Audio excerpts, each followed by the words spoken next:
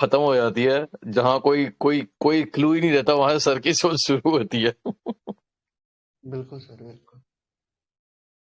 Good evening, a very good evening to our most revered Guruji, Dr. Ashok Kumar Mohanty sir, Dr. Milind Rao sir, Dr. Narendra Gupta sir, Dr. Mahesh Chandra sir, our most senior and respected mentor, Dr. Manoj Jaiswal sir, Dr. Dilip Jani sir, Dr. M.B. Mahadik sir, Dr. S. Anand sir, Dr. Shashikant Shinde sir, और हमारे सभी respected IHF family members. तो जैसा कि आप सभी को पता है, हम हमारे beloved masters doctor Ashok Kumar Mohanty sir और डॉक्टर मिलिंद राव सर की पुण्यतिथि के ऊपर हमारे सभी रिस्पेक्टेड मेंटर्स अपना सिंसियर ग्रेटिट्यूड देते हुए अपने केसेस प्रेजेंट कर रहे हैं और सेशन भी ले रहे हैं। तो उसी कड़ी को आगे बढ़ाते हुए आज का जो हमारा सेशन है उसको हमारे respected and senior mentor doctor Dilip जानी सर होस्ट करने वाले हैं। उन्होंने अपना केस प्रेजेंट किया है। तो सबसे पहले मैं हमारी IHF फैमिली की ओर से सर का वेलकम करता हूं। Welcome sir, a very good evening. Good evening sir. जी, over thank to you. You sir. आवाज आ रही है सर? एकदम बढ़िया सर। Thank you.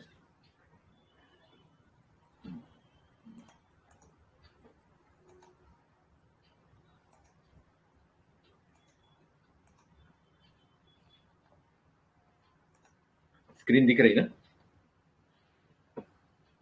जी सर, जी सर। हाँ, थैंक यू सर। सो आज का सेशन स्टार्ट करने से पहले gratitude to our master doctor Hahnemann sir, doctor ML Sehgal sir, gratitude to our beloved teachers doctor Mohanty sir, doctor Milind Rao sir, और उनको प्रणाम करते हुए आज का सेशन जो है ये दोनों ग्रेट सोल्स जो बोलते हैं ना होम्योपैथिक में, उनको डेडिकेट करता हूँ। आज भले ये सोल्स हमारे सामने फिजिकल रूप में नहीं है, लेकिन उनकी जो टीचिंग है, मोहंती सर की जो बुक्स भी पढ़ते हैं हम लोग, तो आज भी लगते हैं कि मतलब सर सामने से बोलते हैं। और यही चीज है कि जो दूसरे के सोल में, हमारे सबके सोल में वो डाल के गए, उनकी जो टीचिंग है ना, वो हमारे लिए बहुत इंपॉर्टेंट है, और वो वही हम कैरी फॉरवर्ड करें। सबसे बड़ा जो उनके लिए ट्रिब्यूट है वही रहेगा।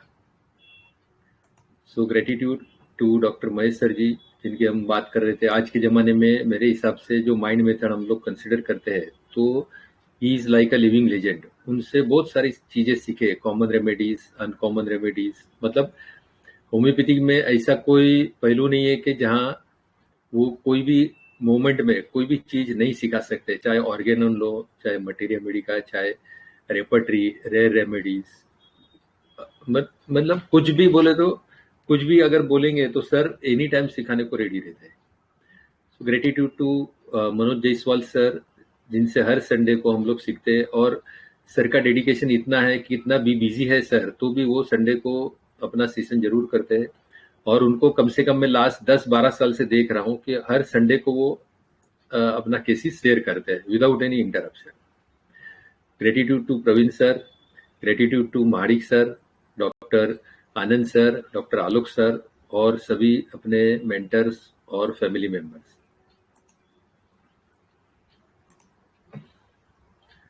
तो आज का ये केस स्टार्ट करता हूँ। ये केस देखो, मतलब केस इम्पोर्टेंट है। एक तो जर्नी ऑफ रेमेडी इम्पोर्टेंस है, क्या मैंने मेडिसिन दिया और क्यों दिया, प्लस ये इम्पोर्टेंट है कि ये केस में मुझे क्या सीखने को मिला। देखो, जितना भी पेशेंट है, each and every patient is our teacher. वो हमें कुछ ना कुछ सिखाते जाते। और कोई भी दो पेशेंट है ना, any two patient are not similar. भले एक ही मेडिसिन के हुए 10 पेशेंट, लेकिन 10 का कुछ ना कुछ तो डिफरेंस रहता है। और इसके वजह से हमें हर पेशेंट में कुछ ना कुछ सीखने को मिलता है। तो ये पेशेंट मेरे को क्या सिखा के गया, फिर मैं डिस्कस करता हूँ। ठीक है, ये 30 साल की लेडी थे जो एक हाइपोथायरॉयडिज्म के लिए मेरे एक पेशेंट ने उनको रिफर किया था। उनको हाइपोथायरॉयडिज्म डिटेक्ट हुआ था, लेकिन अभी तक उन्होंने कुछ मेडिसिन नहीं खाई थी।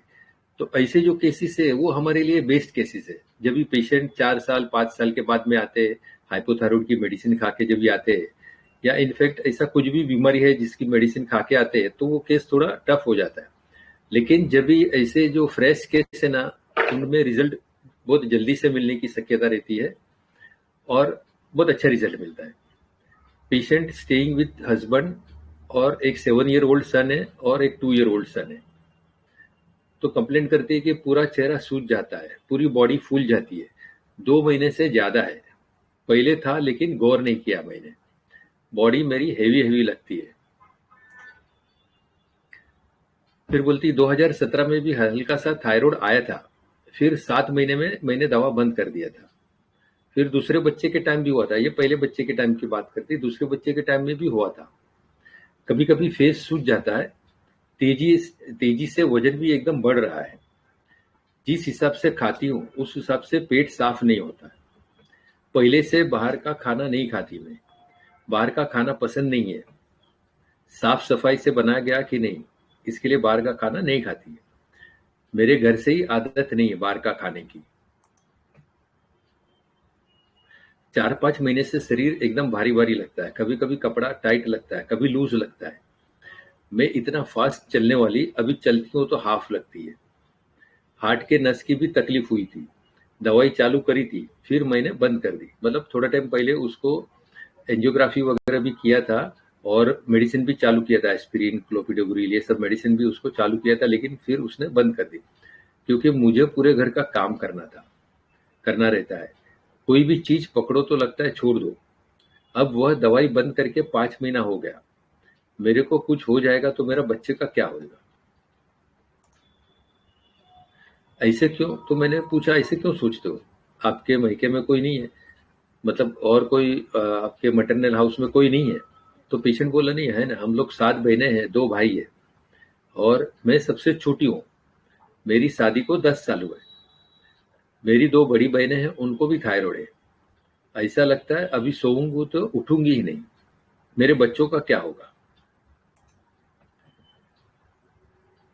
फिर ये बोलते बोलते थोड़ा मतलब रोने लगी और अपना आंसू पोंछने लगी, चीख से, मतलब अपना हाथ से आंसू वो थोड़ी पोंछती थी और बोली अपने आप को तसल्ली देती हूँ कि ऊपर वाला बहुत बड़ा है। मतलब कि उसके ससुराल में ऐसा कोई है ही नहीं कि जो बच्चे को संभाल सके अगर उसको कुछ हो गया तो, इसके लिए बोलती कि ऊपर वाला बहुत बड़ा है। और फिर मैंने उनको, इधर तक मेरा रेमेडी क्लियर नहीं हुआ था, थोड़ा कंफ्यूजन था कि क्या है क्या नहीं। फिर उसके चाइल्डहुड के बारे में पूछा कि भाई आपकी मतलब पहले की लाइफ बताओ। शादी अभी हो गया 10 साल, मतलब 30 ईयर से 10 साल शादी हुआ तो मतलब 20 साल में उसकी शादी हो गई, ठीक है। फिर तो इसके लिए उसका चाइल्डहुड का पूछा तो बोला 1.5 महीने की थी मैं जब भी मेरी मम्मी गुजर गई। 5-6 साल की थी तब पापा भी गुजर गए।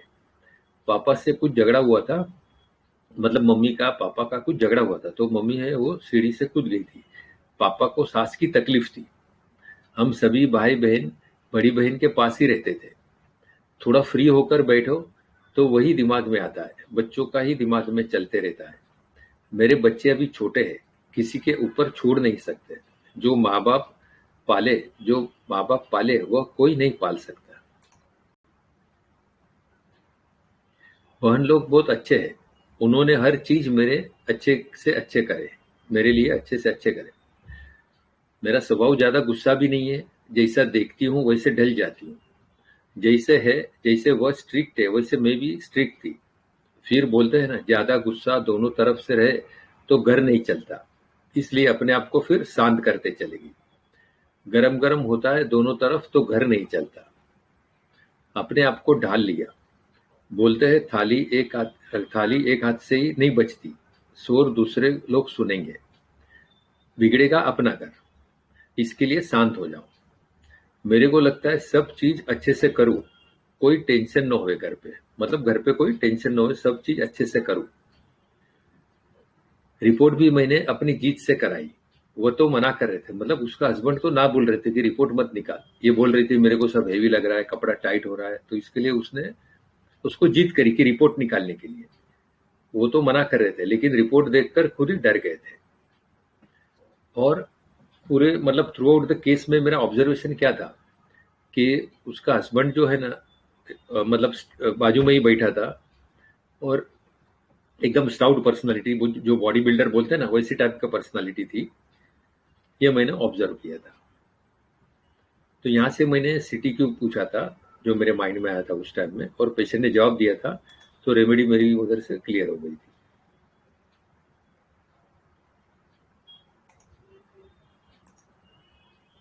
ठीक है,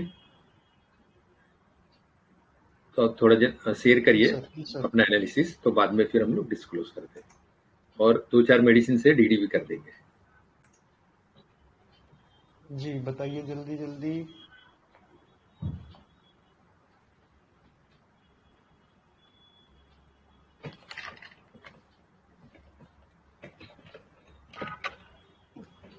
जी ऐड कीजिए।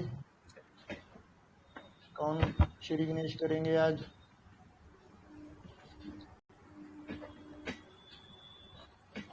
फर्स्ट स्टेप लेने वाले ही इम्पोर्टेंट रहते हैं ना। उस दिन गिरीश सर ने बताया था कि इनिशिएटिव कौन लेगा, उसके बाद फिर सब दौड़ पड़ते हैं।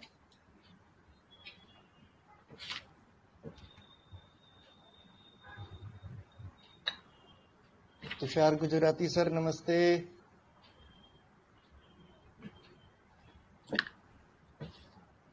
Good evening sir.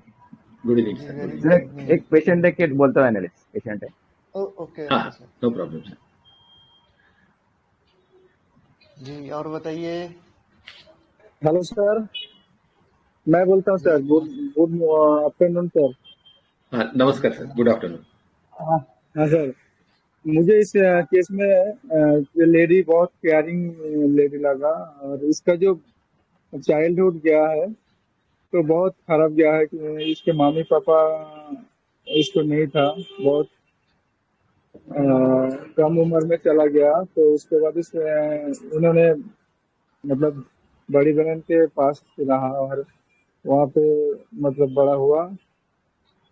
और उसका जो कहना है कि इसका जो मतलब पैथोलॉजी है, जो थायराइड एंड हार्ट डिजीज, तो इसमें हम ये सोच सकते हैं कि इसके फैमिली में किसी के साथ इसका मतलब थोड़ा डोमिनेट कर रहा है इसको। जैसे आपने बोला कि इसका हस्बैंड तो बहुत मतलब बॉडी बिल्डर टाइप का पर्सनैलिटी है, तो हम सोच सकते हैं कि इसके हस्बैंड से इसका जरूर कुछ नहीं होगा।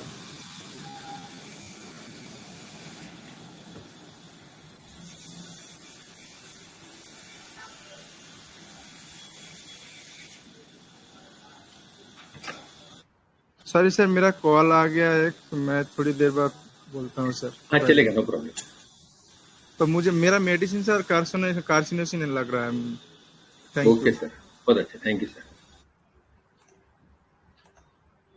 जी थैंक यू देवाशीष सर। जी और बताइए, और कौन ऐड करेंगे?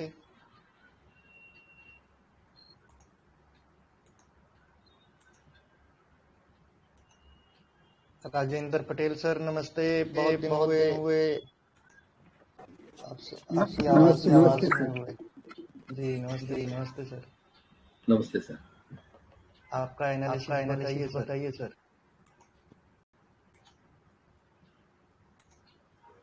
अभी देखकर बताता हूँ। Okay good evening sir. Good evening. ये जो पेशेंट है वो माइल्ड है और इसको थायराइड की प्रॉब्लम है, लेकिन बीच बीच में होती रहती है। फिर भी इसने उस पर ज्यादा ध्यान नहीं दिया और बचपन से ही इसकी 1.5 महीने में उसकी मदर ने सुसाइड किया। फादर की भी डेथ हो गई, तो बाद में इसकी बहन के पास ही बड़ी हो गई। बहन ने उसको जो भी चाहा उसने दिया है, लेकिन इसको एक ऑर्फन फीलिंग मन में इसके रही है। और इससे क्या डर लगता है कि अगर मुझे कुछ हो गया तो मेरे बच्चों को भी ऐसा ही झेलना ना पड़े, ऐसा उसको लगता है कि क्योंकि माँ बाप जो करते हैं वो दूसरे कितने भी किए, लेकिन वो उनका माँ बाप जो करते हैं अपने बच्चों के लिए वैसा नहीं हो सकता। मैं अगर मुझे कुछ हो गया तो ज्यादा तो एंजाइटी चिल्ड्रन इसके दिमाग में तो हर चल ही रहा है। और इसको लगता है, डर लगता है कि अगर मैं सो गई तो बाद में मैं जिंदा मुझे बच्चों की भी नहीं, ऐसा मैं मर ही जाऊंगी ऐसा लगता है इसको। तो फियर डेथ स्लीप का और रूब्रिक ले सकते हैं क्या इधर, या वैसा नहीं? ले सकते हैं, हाँ ले सकते हैं, ऐसा कुछ भी नहीं। हाँ, और इसको ज्यादा तो एंजाइटी चिल्ड्रन है और इसको घर में झगड़ा, उसको पता है कि उसकी माँ और झगड़े की वजह से उसने खुद सुसाइड कर ली। तो इसको वो बीच बीच में उसको याद आता है तो वो सोचते रहती है। और झगड़ा नहीं होना चाहिए फैमिली में, ऐसा इसे लगता है। तो दोनों ने अगर झगड़ा किया तो बाहर वालों के लिए वो सुनने के लिए उनको अच्छा लगेगा, लेकिन घर में उनको वो डिफिकल्टी होगी घर में। क्या बोलते हैं उनको, तो ऐसा होना नहीं चाहिए, हार्मोनी चाहिए, इसलिए वो क्वारलिंग भी नहीं करती। तो मुझे इसमें कार्सिनोसिन, मैगमोर, सिम्फाटम भी बीच में आया था। Thank you. Right, okay, thank you.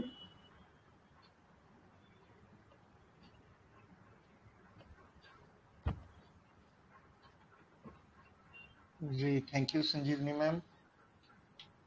और बताइए। जी प्रणाम सर। प्रणाम जी सर। प्रणाम सर।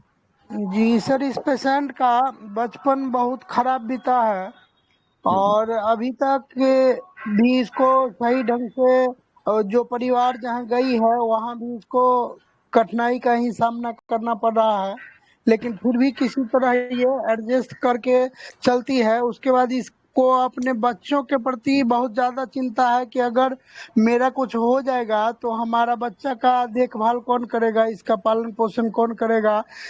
चूंकि वो अपना बचपन भी देख चुकी है कि बहुत कष्ट में बीता है, तो हो सकता है उसकी भी याद उसको आती होगी कि अब जिस कष्ट से हम पले बढ़े हैं तो मेरा बच्चा उस कष्ट से पले बढ़े नहीं। दूसरी चीज की लड़ाई झगड़ा का भी उसको डर बना रहता है कि अगर हम लड़ाई करेंगे तो दूसरे सुनेंगे तो क्या बोलेंगे। सर रूब्रिक तो उतना हम लोग को समझ में नहीं आता है, अभी हम लोग नए स्टूडेंट हैं और मेडिसिन का भी फील नहीं आ रहा है। सर आप ही से सीखेंगे।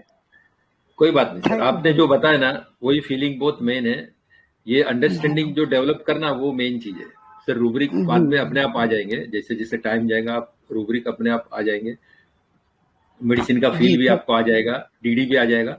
लेकिन आपने जो बताया ना वो बहुत अच्छा बताया। ये फीलिंग आपको डेवलप करना बहुत जरूरी है सर।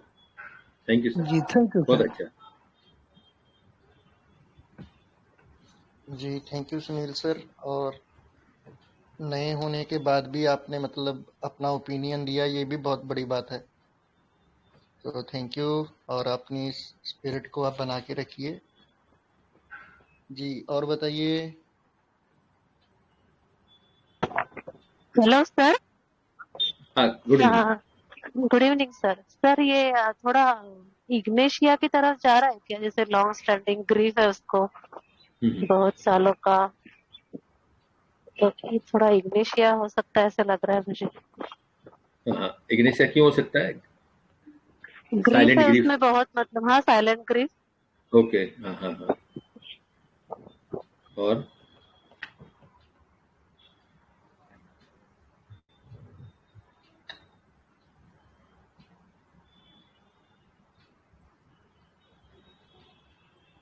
जी और बताइए।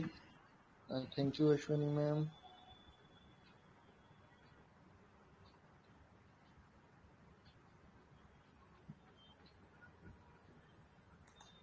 हेलो। हेलो। Hello sir. हाँ हाँ, good good evening evening. Sir. Good evening.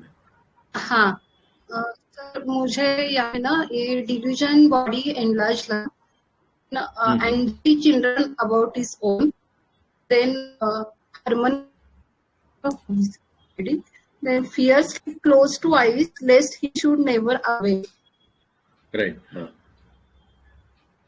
हुआ। एंड मुझे यहाँ थोड़ा लव फॉर एंजाइटी के इसमें एंड इमोशंस प्रिडोमिनेटेड बाय, ये थोड़ा लगा। इमोशन प्रीडोमिनेटेड कैसा लगा? एंड क्योंकि ना सब तरह ये सब से सब लेते सर, थोड़ा थिंकिंग ज्यादा कि वो सब समझ के सब। यहाँ ऐसा फील आया मुझे, पता नहीं सर, मगर प्लासेंटा का फील आया। Thank you sir. Thank you, thank you. Good evening sir. हाँ, गुड इवनिंग, बोलिए। Good evening. हाँ सर, इसका पेशेंट स्टाउट है और बिल्डर जैसा लग रहा है और पेशेंट को 30 साल में हाइपोथायराइडिज्म प्लस हार्ट की भी प्रॉब्लम हो गया, यानी पेशेंट है बहुत सेंसिटिव है और डोमिनेशन तो बहुत लग रहा है सर पेशेंट को। Second, through out the case anxiety children about, ये रूब्रिक तो कंफर्म है सर इसमें, राइट। पर इसको स्पेशली वो चिंता है कि उनका पालन पोषण कौन करेगा, अगर मुझे कुछ हुआ बराबर। तो पालन पोषण कौन करे। तो ये थीम जो नर्चरिंग का थीम लग रहा है, तो जो बात करे वो बहुत ऑब्जेक्टिव रिजनेबल कर रही है वो। देन बात करते करते उसको रोना आ गया, तो वीपिंग इनवॉलेंटरी, तो I will go with sepia. और एक जो रूब्रिक है fear of death sleep during, fear of death, तो मैं fear of death sleep during, okay, yes, तो इंग्लिश या भी क्लोज चल रहा है sir, I will go with sepia. Okay, thank you sir, बहुत अच्छा। हेलो सर, मेरे को मेडिसिन तो नहीं मालूम, लेकिन मेरे को एक चीज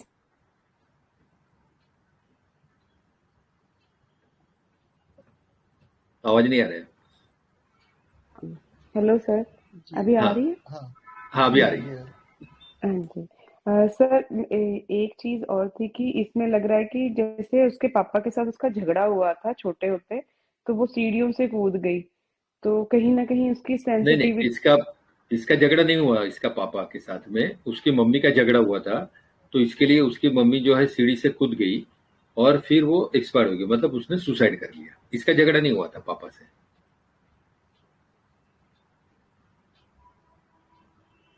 यही समझे ना कि क्या समझे आप?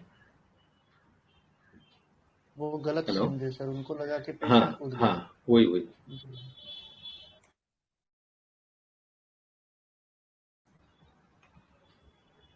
हेलो, समझे मैम?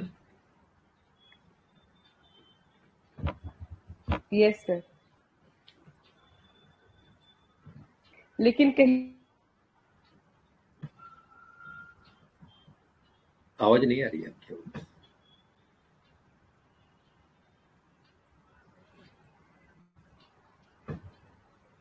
नेटवर्क का इशू हुआ सर शायद उनका। हाँ,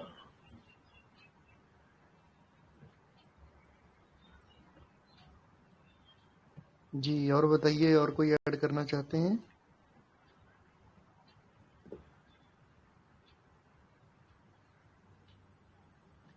हेलो, और कोई ऐड करना चाहते हैं? सर केस मैंने अभी पढ़ा, सुना भी था आपका। हाँ, सर बोलिए। मेरे को एक चीज समझ लगी, वो दवाई वो जो मेडिसिन बार बार छोड़ रही थी, वो अपनी मर्जी से छोड़ रही थी क्या? हाँ, वो अपनी मर्जी से छोड़ रहे थे।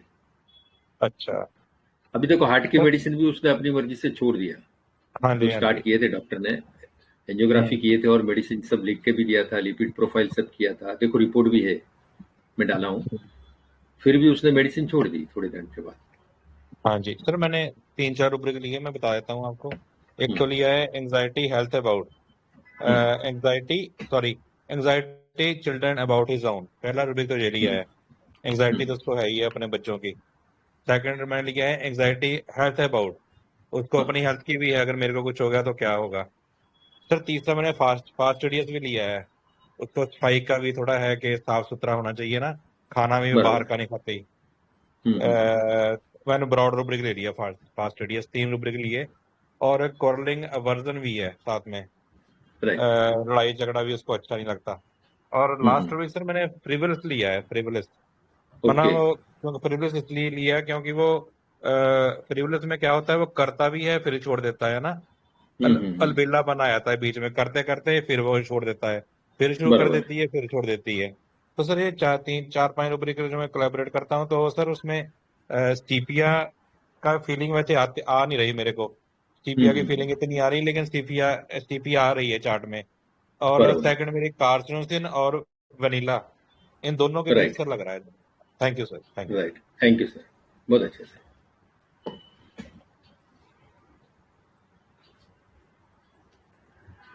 इसका रिपोर्ट देखे सबने? हेलो सर जी। हाँ, और कोई बोल रहे हैं?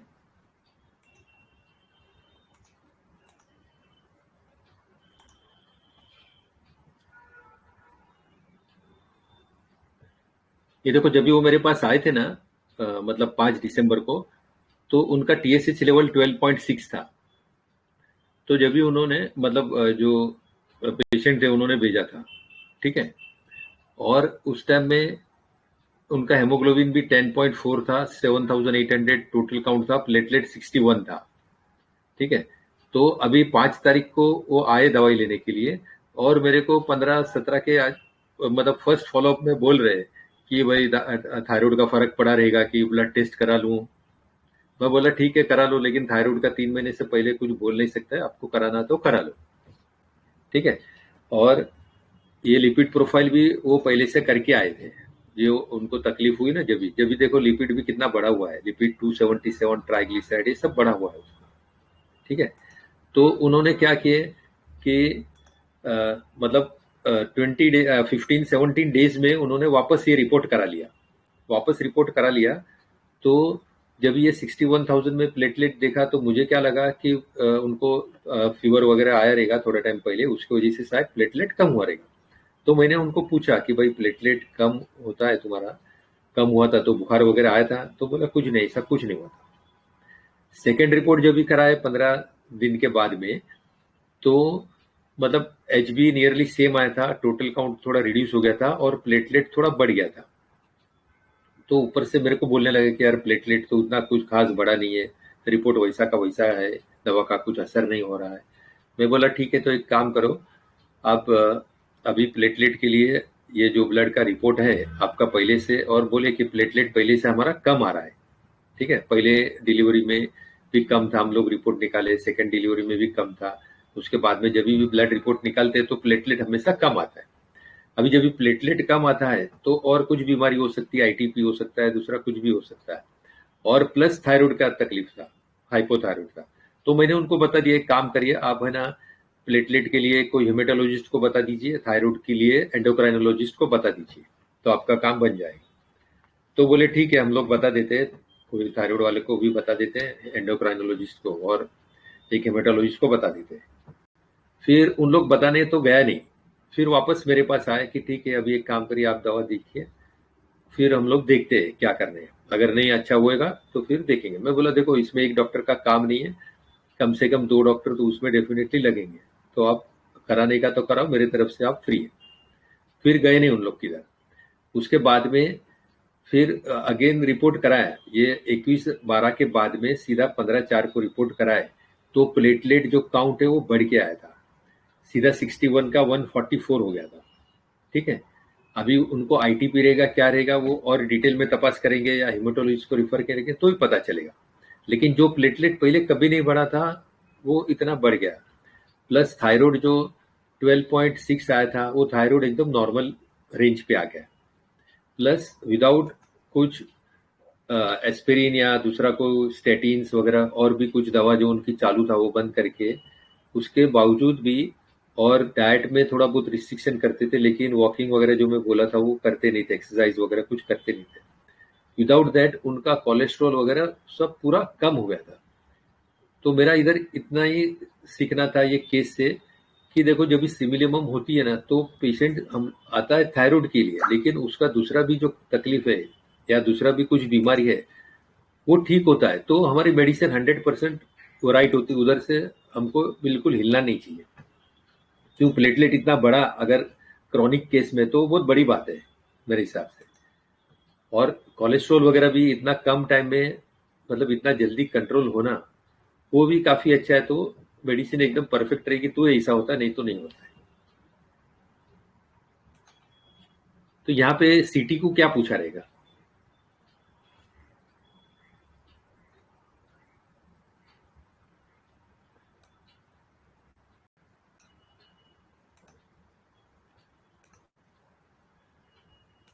हेलो जी बताइए।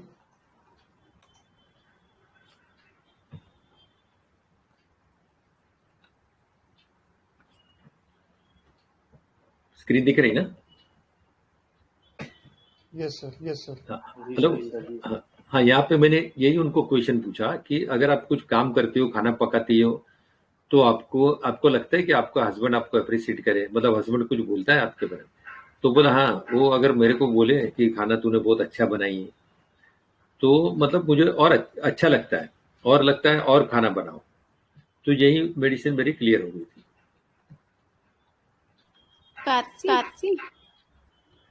क्या दे सकते कैसा?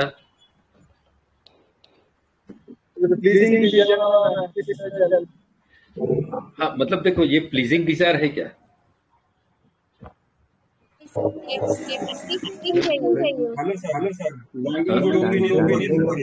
डांसिंग चाहिए। मैंने लिया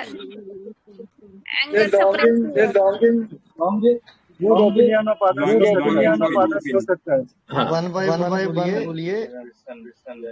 इको हो रहा है वो साथ माइक ऑन हो रहा है।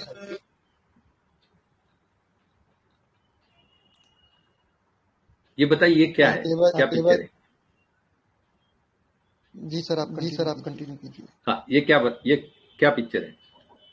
कैफे वो है ना वो जो कॉफी वाला जो मार्क। यस, दिख रहा है सब? ये कार्सी का वो ना प्रोमिनेंट सिंबल है। हाँ, ये दिख रहा है सबको। देखो ये हाइपर पिगमेंटेड पैच ऐसा रहता है। ये एक पेशेंट थी, उस मतलब देखो ये न्यूरोफाइब्रोमेटोसिस है। तो ये पेशेंट आई थी मेरे पास, फीमेल है और बच्चे को लेके आई कि देखो ये इसको मल्टीपल ये न्यूरोफाइब्रोमेटोसिस का जो नोड्यूल है ना वो है, और इसको भी देखो पैच दिख रहा है यहाँ पे, ठीक है। तो उसका बच्चा भी साथ में लाई थी, तो बच्चे को भी मैं देखा, तो बच्चे को भी पीठ पे, चेस्ट पे ऐसा मल्टीपल पैचेस था ये, ठीक है। तो ये इंडिकेशन है ये रेमेडी का, कार्सिनोसिन का, कि जिसको भी ये पैच है ना तो उसको ये कार्सिनोसिन हम लोग दे सकते हैं। तो जिस तुषार सर ने बताया ना ये सर मैंने बहुत क्लियरली लिखा हुआ था। बहुत मैं ऑब्जर्व करता हूँ जब भी होता है ना तो हाँ, बहुत अच्छा सर। तो ये कैफियोलाइट स्पॉट्स है, ये फ्लैट लाइट ब्राउन पैचेस रहता है स्किन के ऊपर, मतलब कॉफी कलर, कॉफी और मिल्क जो मिक्स करके जो कलर आता है ना वैसा टाइप का है। और उसमें आगे चल के जो डिजीज बनता है वो न्यूरोफाइब्रोमेटोसिस और जो बोलते हैं ना वॉन रेक्लिंगोसिस डिजीज। तो ये अगर हमें दिखता ना ये पैच, तो समझने का कार्सिनोसिन मतलब 100% इंडिकेटेड है। पहले बहुत फिजिशियन जो है हम लोग तो माइंड सिम्टम्स अभी लेते हैं, विदाउट माइंड सिम्टम्स जब ये पैच दिखे तो कार्सिनोसिन देते थे। सर मेरी बीच में तो मेरी ना कॉल आ गई थी। एक बार दोबारा बताना क्या बता रहे थे? देखो ये स्किन के पैचेस दिख रहे हैं आपको? बिल्कुल सर। डार्क पैचेस जो दिख रहे हैं ना, तो ये डार्क पैचेस का नाम है कैफियोलेट स्पॉट्स। ये कैफियोलेट मतलब कॉफी कलर और जो मिल्क मिला के जो कलर बनता है ना वैसा कलर का है। तो ये जो कैफियोलेट स्पॉट्स जो बच्चे का है, उसकी मदर मेरे पास आई थी, तो मदर को ऐसा बहुत सारा नोड्यूल था। तो वो नोड्यूल जो है इट इज अ न्यूरोफाइब्रोमेटोसिस बोलते हैं उसको। और देखो ये लेडी को भी यहाँ पे पैच दिख रहा है, तो उसके साथ में उसका बच्चा भी आया था, बच्चे को भी मैं देखा, तो बच्चे को भी मतलब ऐसे ये स्पॉट्स थे, तो आगे चल के उसको भी ये डिजीज डेवलप हो सकता है। तो जब ये स्पॉट्स दिखते हैं ना तो that is one of the indication of carcinosin. ये पेशेंट की बात नहीं कर रहा हूँ, ये तो मैं कार्सिनोसिन का ऐसा ही बता रहा हूँ। ये पेशेंट में ऐसा कुछ भी नहीं था। वेस्टर्न वर्ल्ड में बहुत सारे। हाँ, ठीक है। तो ये देखो अभी एनालिसिस करते हैं इसमें थ्रू एंड थ्रू क्या था ये पेशेंट को। सबसे जो मोस्ट इंपॉर्टेंट जो रूब्रिक हम लोग ले सकते हैं ना, ऐसा कौन सा रूब्रिक था कि जो हम लोग ले सकते हैं? ये देखो कैंट सर का जो फिलोसॉफी का बुक है उसमें लिखा है, देखो पेशेंट हमारे पास आया था काय के लिए? थायराइड के लिए। तो हमें सिर्फ थायराइड ट्रीट करना है या क्या करना है? और भी कुछ रहेगा तो ट्रीट करना है। थायराइड के लिए हम लोग देंगे मेडिसिन, थायरोडिनम या दूसरे जो भी रहेगा मेडिसिन देते हैं वैसा। पेशेंट एज अ होल ऐसे नहीं। पेशेंट एज अ होल हमें ट्रीट करना होता है। तो देखो कैंट सर ने क्या लिखा है कि हम लोग बोलते हैं ना सिक पर्सन, तो हुई सिक, तो सर लिखते हैं कि it is a man that is sick, and to be restored to health, not his body, not tissues. मतलब सिर्फ थायराइड को ठीक करके कुछ मीनिंग नहीं है, थायराइड के लिए दवा देने का कुछ मतलब नहीं है। Patient as a whole consider करके मेडिसिन देना बनता है। For nothing exist without a cause, जब तक कुछ कॉज नहीं है तो उसका इफेक्ट नहीं है। कॉज और इफेक्ट है ना हमेशा it goes hand to hand. Organs are not the man is prior to the organ. मतलब जो थायराइड है वो बीमार नहीं है, थायराइड के पहले मेन कई टाइम पहले बीमार पड़ गया, उसके बाद उसका असर आया थायराइड पे। ठीक है, from first to last is the order of the sickness as well as the order of cure. मतलब सिकनेस भी जैसा जाता है उसका ऑर्डर रहता है, वैसा क्योर का भी ऑर्डर रहता है। From man to his organ and not from organ to man. मतलब पहले आदमी बीमार पड़ता है, पेशेंट बीमार पड़ता है, फिर उसका ऑर्गन पे आता है। The real sick man is prior to the sick body. पहले सिक मैन होता है, फिर सिक बॉडी पे जाता है। तो ये केस में देखो, मतलब थ्रू आउट अगर थ्रू एंड थ्रू एक 100% कोई रूब्रिक अगर देखें हम लोग, तो वो है एंग्जाइटी चिल्ड्रन अबाउट। कि ये रूब्रिक को कोई डिनाई नहीं कर सकता है कि उसको चिल्ड्रन के बारे में इतनी एंग्जाइटी होती थी कि उसकी वजह से देखो वो एक टाइम रो रही थी, फिर बोला मेरा बच्चे को कुछ हो जाएगा तो क्या, अगर मैं सोऊंगी उठूंगी नहीं तो बच्चों का क्या होएगा, बच्चे का ही दिमाग में चलते रहता है। तो पूरे इंटरव्यू में कम से कम 4-5 बार वो बताए। तो ये जो बोलते हैं ना प्रेजेंट परसिस्टेंट प्रीडोमिनेंट, यही उसका प्रीडोमिनेंट सबसे ज्यादा जो था ना वो ये था, एंग्जाइटी चिल्ड्रन अबाउट। ठीक है, तो यहां मैटरनल इंस्टिंक्ट ले सकते कि नहीं ले सकते? कोई कंसिडर किया है मैटरनल इंस्टिंक्ट कैसा ले सकते हैं?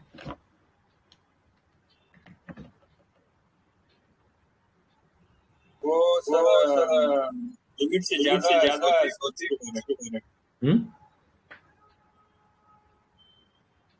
बहुत ज्यादा केयर कर रही हूँ। हाँ, कर रही है नहीं, केयर कर रही है कि नहीं कर रही है हमें मालूम नहीं, लेकिन एंग्जाइटी तो कर रही है। केयर का तो उसने अभी तक कुछ बताया नहीं, या हमको फील भी नहीं आया केयर का। ठीक है, एंग्जाइटी डेफिनेटली है।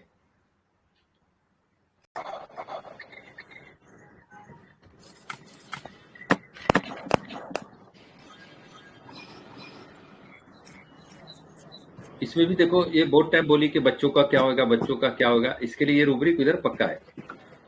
ऐसा ही एक फीमेल थी जिसको बहुत सारे पिंपल्स निकले थे और फेस उसका एकदम रेड हो गया था। ठीक है, तो पहले मेरे पास आई थी ट्रीटमेंट के लिए, सही हो गई थी। उसके बाद में अभी 4-5 साल के बाद में मेरे पास आई, तो अभी उसका मैरिज भी हो गया था और उसको कुछ 2 साल का बच्चा भी था। वो आउट ऑफ बॉम्बे में रहती थी, दिल्ली में अभी उसका ससुराल है। तो यहाँ पे वापस आई, उसको तकलीफ हो रही थी, तो फिर से आई कि पहले जो दवाई दिए थे वैसे ही मेरे को दवा अभी चालू करो होम्योपैथिक की। तो वो क्या बोल रही थी, मतलब बच्चे के लिए, बच्चा है तो मेरे को टाइम नहीं मिलता है। ठीक है, तो उसमें ले सकते क्या एंग्जाइटी चिल्ड्रन अबाउट, या ये केस में मैटरनल ये जो इंस्टिंक्ट ले सकते क्या? मतलब देखो रूब्रिक लेने से पहले हमें श्योर हो तो लेने का, अगर श्योर नहीं है भले रूब्रिक रहे नहीं लेने का।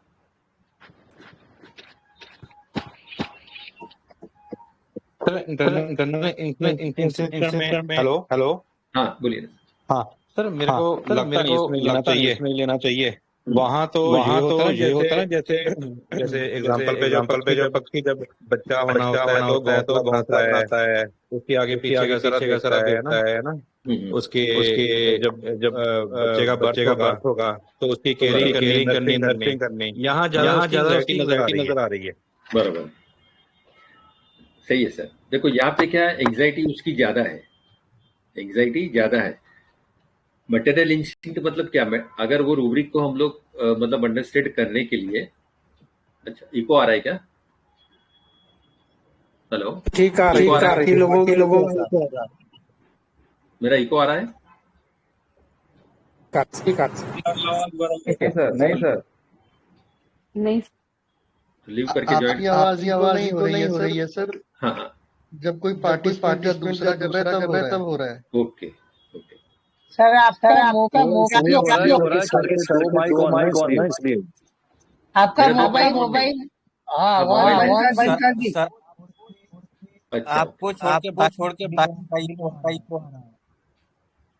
अभी आ रहा है? सर आप माइक को म्यूट कर लीजिए। हाँ, मेरा एक ही माइक चालू है। दोनों पीपीटी नहीं पीपीटी वाला भी माइक ऑन है सर। हाँ, तो दूसरा माइक मेरा ऑन नहीं है सर।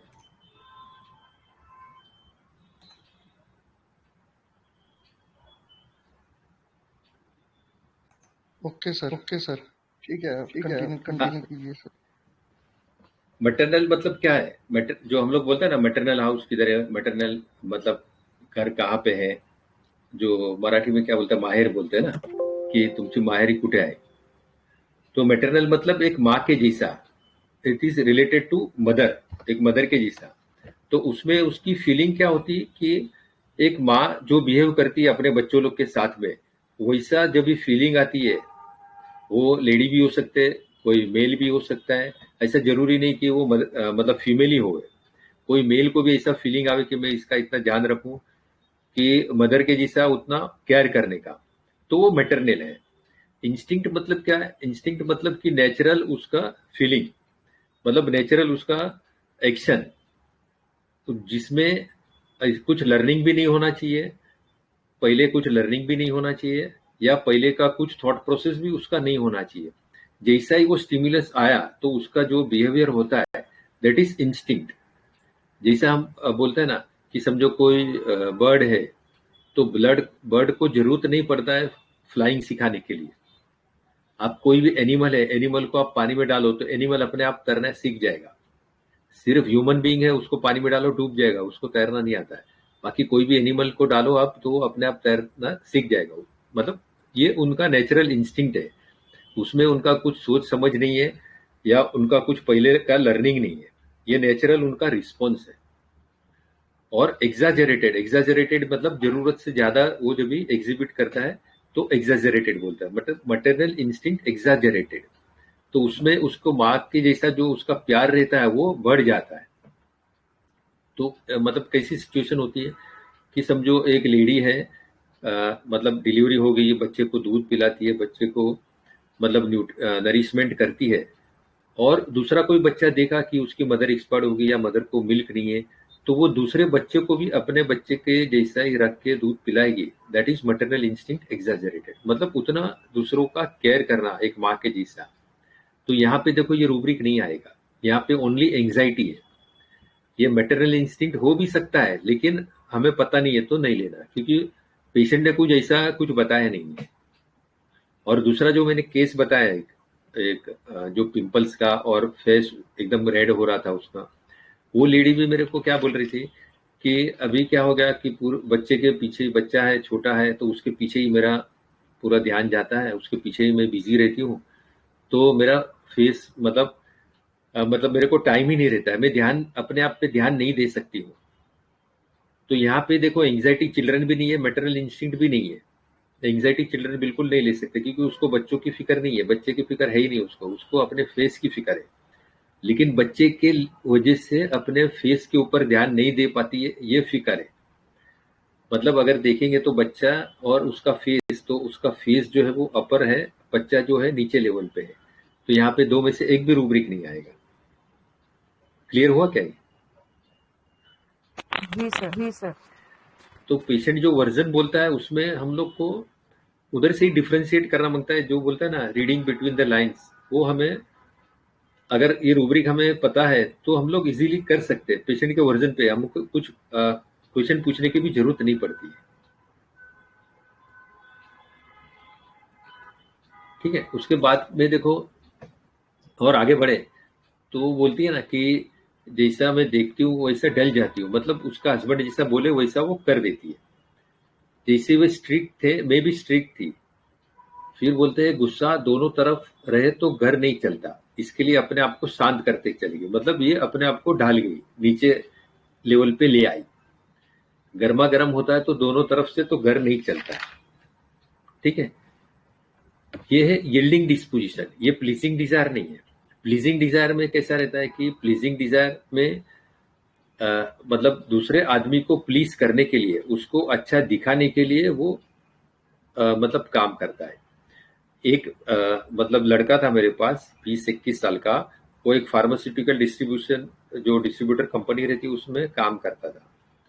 तो बोलता है कि ऑफिस में मतलब 10 बजे अगर ऑफिस खुलती है तो मैं 9:45 बजे पहुंच जाता हूँ, काम करता हूँ, मेरा काम फिनिश हो गया तो दूसरों का भी काम कर देता हूँ। दूसरों लोग ने उसको बोले नहीं कि भाई तू काम करिए, लेकिन वो अपने आप काम कर देता था। क्यों?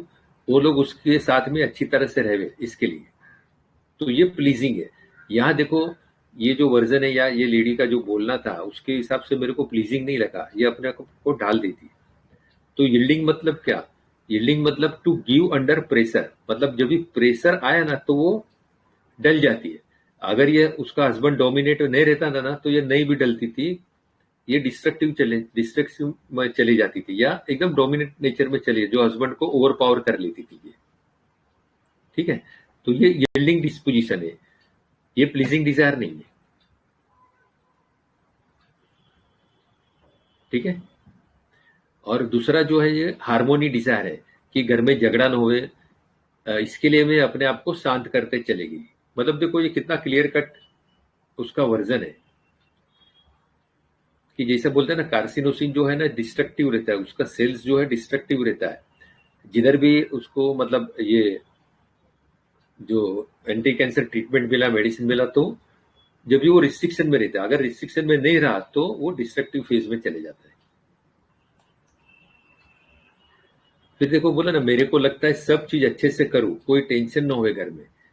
मतलब जब भी उसको काम करना है तो अच्छे से करना है। अगर ये काम नहीं करे तो ये लेडी कैसा है कि थोड़ी लेजी टाइप है, काम नहीं करना उसको। ठीक है, तो यहाँ रूब्रिक है तो untidy except when he has to perform. अगर परफॉर्मेंस नहीं है तो वो ज्यादा ये नहीं करेगी, एग्जैक्ट नहीं करेगी। लेकिन जब भी परफॉर्म करना है तो वो एकदम टाइडी में चली जाएगी। अगर परफॉर्म नहीं करना है तो वो अनटाइडी नेचर में चली जाएगी।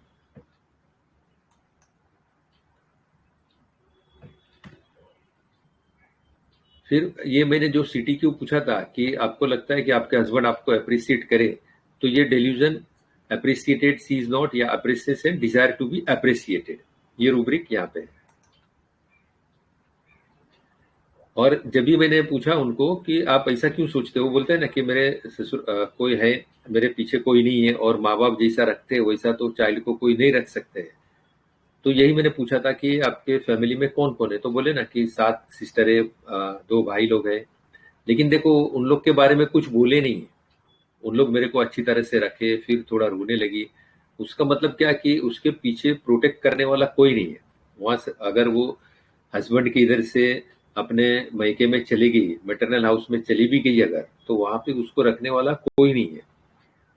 ठीक है, क्योंकि सब लोग अपने अपने घर पे है और सब लोग मैरिड, ये सबसे तो छोटी है, तो उसको रखेगा कौन? मतलब उसको प्रोटेक्ट करने वाला कोई नहीं है। तो delusion protection defence has no, यहाँ पे उसका कोई डिफेंस नहीं है, उसको प्रोटेक्ट करने वाला कोई भी नहीं। और ये जो मैंने ऑब्जर्वेशन किया तो उसके हस्बैंड का, कि हस्बैंड ने उसका रिपोर्ट पहले नहीं निकाले थे, इसने ज्यादा जबरदस्ती करी जब भी उसने रिपोर्ट निकाला। और हस्बैंड का जो बिहेवियर था क्लिनिक में, यहाँ से मैंने रूब्रिक लिया था, ये रिट्रो में लिया था, पहले मैंने नहीं लिया था, एलिमेंट्स फ्रॉम डोमिनेशन। लेकिन ये सारे रूब्रिक पे मैंने उसको कार्सिनोसिन दिया था। कार्सिनोसिन 200 स्टार्ट किया था, फिर एक टाइम वापस 200 दिया था। और जब भी उन्होंने रिपोर्ट निकाले लास्ट, ये रिपोर्ट निकालने से थोड़े दिन पहले भी वापस वो कंप्लेंट कर रही थी कि दवाई से कुछ आराम नहीं है, मेरे को बॉडी हैवी लगती है ऐसा। तो जब भी तक मैंने 1M दिया था, लास्ट 2 महीना पहले कुछ 1M दिया था, उसके बाद रिपीट नहीं किया। लेकिन जब भी रिपोर्ट निकाला तो उसका जो थायराइड है वो कंट्रोल में आया था, प्लस प्लेटलेट बढ़ गया था, और उसका जो कोलेस्ट्रॉल वगैरह जो लिपिड प्रोफाइल है वो भी पूरा मतलब नॉर्मल रेंज के करीब करीब आ गया था।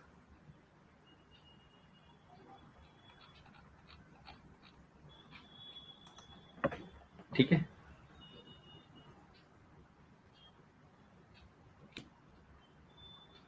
इसमें कुछ क्वेश्चन है?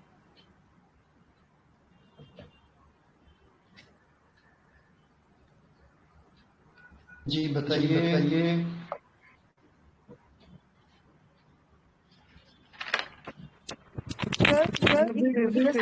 मतलब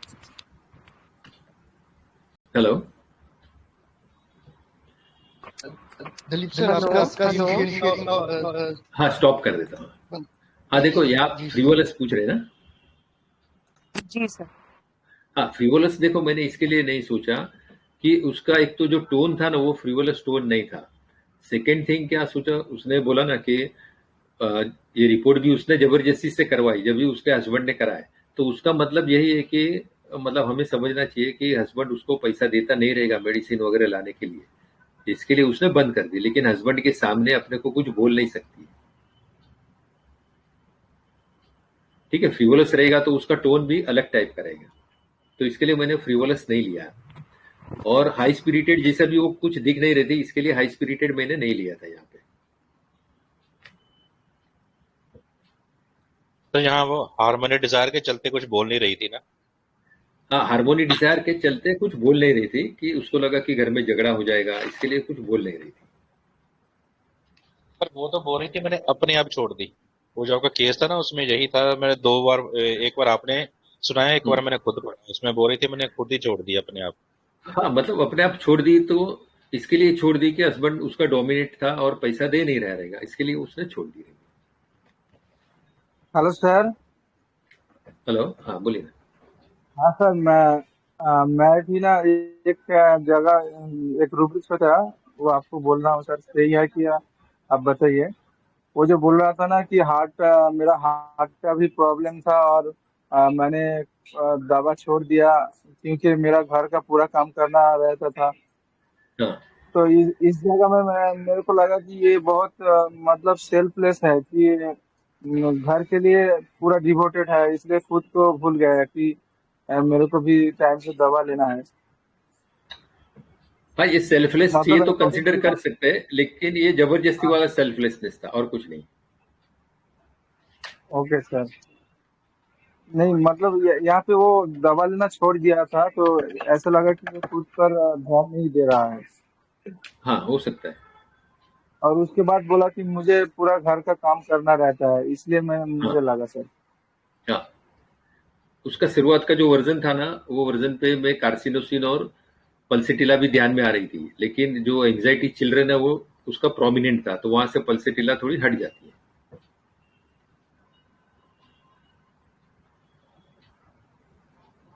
ठीक है, हम लोग थोड़ा डीडी करते हैं। Hello, good evening, sir. या good evening. Very nice case and with very wonderful results, sir. Thank you. मेरा एक क्वेरी है कि पेशेंट जो बोल रहा था कि मुझे भी बचपन में प्यार नहीं मिला मेरे मम्मी पापा से, तो मैं चाहती हूँ कि मेरे बच्चों को भी वो वैसा नहीं होना चाहिए मेरे बच्चों के साथ। तो यहाँ पे मैंने इम्प्रेशनेबल सोचा था सर। बराबर। तो ये सोच सकते या नहीं सोच सकते इस केस में? देखो, यहाँ पे मैंने जब ये बोल रही थी ना, तो मेरे माइंड में भी एक्चुअली ऑर्फन फीलिंग आ रहा था और इनसिक्योरिटी फीलिंग आ रहा था। इनसिक्योरिटी फीलिंग आ रहा था और ऑर्फन फीलिंग आता है, क्योंकि अभी देखो उसकी, हाँ एक बात भूल गया मैं, उसकी जो बड़ी बहन है उसको क्या रूब्रिक ले सकते हैं? जैसे पेरेंट एक्सपायर हो गए तो इतने सब बच्चों को पालना, उसके घर पे रखना और एग्जैक्टली देखो ये, हाँ मैटरनल इंस्टिंक्ट एग्जाजरेटेड ये ले सकते हैं, ये रूब्रिक यहाँ पे ले सकते हैं। नेचर लव भी होता है इसे। हाँ, नेचर से आ रहा है ना, नेचर लव ज्यादा आता है सर इसमें। हाँ, क्योंकि नेचर है ना, अपने पुख्त जो लोग है वो नेचर है ना अपना, राइट। तो उनके प्रति प्यार है ये।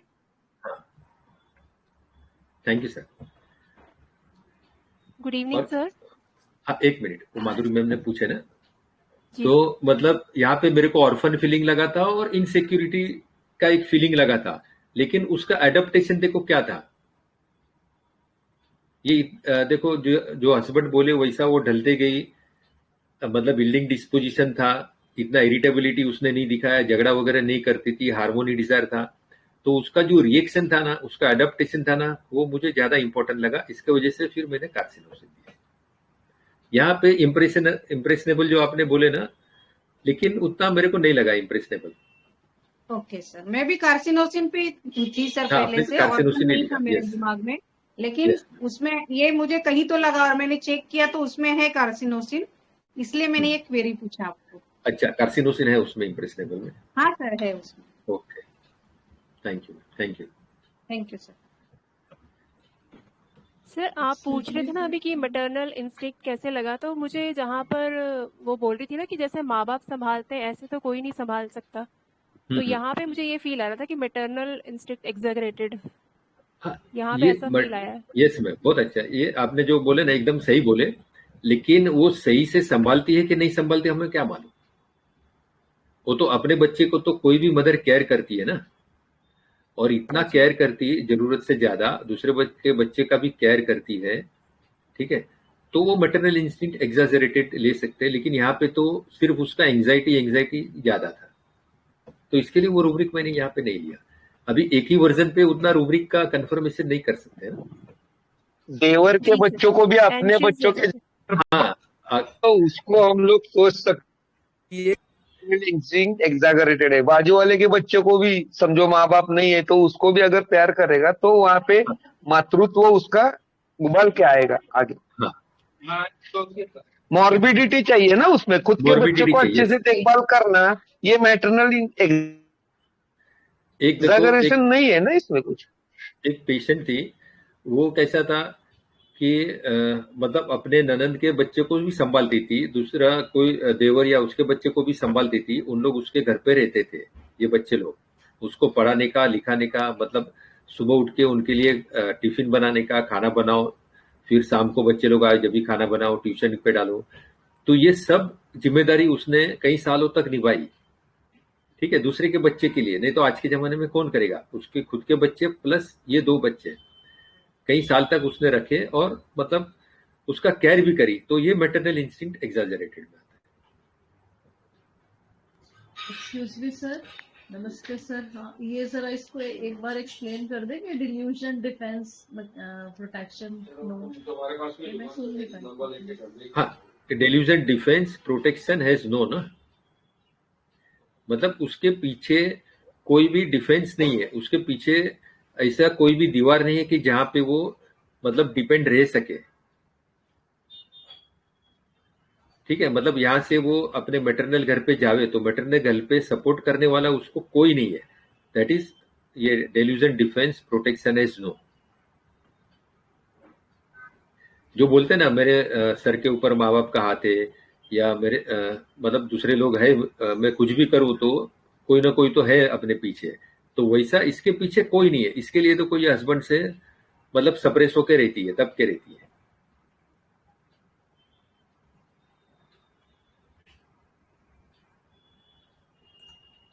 सर अगर ये पेशेंट हाई स्पिरिटेड रहती तो क्या बोलती? हाई स्पिरिटेड रहती, हाई स्पिरिटेड अगर रहती ना तो मतलब समझो वो हिसाब से वो वर्जन बोलती थी कि नहीं मुझे कुछ प्रॉब्लम नहीं है, मतलब मैं किसके ऊपर भी डिपेंड नहीं हूँ, कुछ भी मुझे प्रॉब्लम नहीं, जैसा भी है मैं चल सकती हूँ। हाई स्पिरिटेड कैसा ले सकते हैं, देखो एक पेशेंट है सोरियासिस का, तो वो पेशेंट को कैसा है कि उसकी वाइफ थी, उसने मतलब वाइफ थी और 2-3 बच्चे थे, तो वाइफ ने उसको एक टाइम मतलब क्या हो गया कि झगड़ा करी, अपने घर पे चले गई।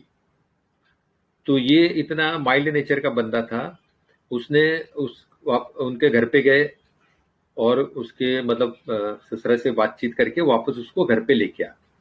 तो ऐसा कम से कम 3-4 बार हुआ उसका।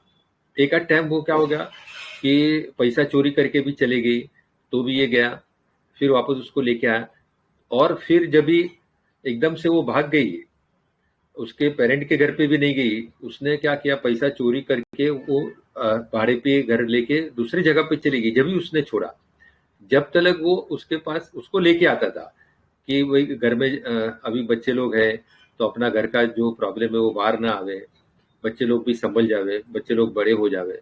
तो ये एंग्जाइटी चिल्ड्रन, यील्डिंग, माइल्डनेस, वो ये हाई स्पिरिटेड है, मतलब इतना उसका स्पिरिट चाहिए कि हर टाइम वो जाके उसको लेके आवे अपने घर पे, ये हाई स्पिरिटेड में आता है।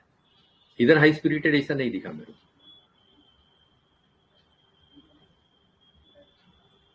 ठीक है, हाँ, thank you sir. Thank you sir, thank you.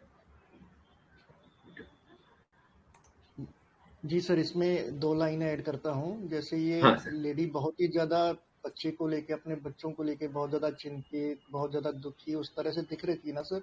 High spirited ऐसा नहीं होता है, उसका टोन एकदम डिफरेंट रहता है ना, उसका स्पिरिट हाई होता है। हाँ, मतलब वो उसका टोन इतना ही डिफरेंट रहता है। सही जी सर। जी सर। जी सर, आप कंटिन्यू कीजिए। हाँ,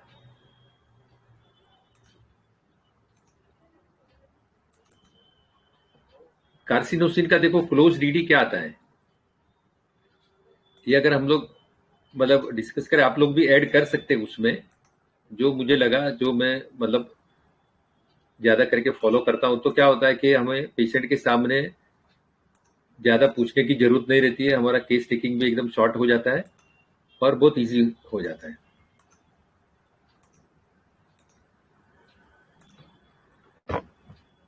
ये दिख रहा है, स्लाइड दिख रही?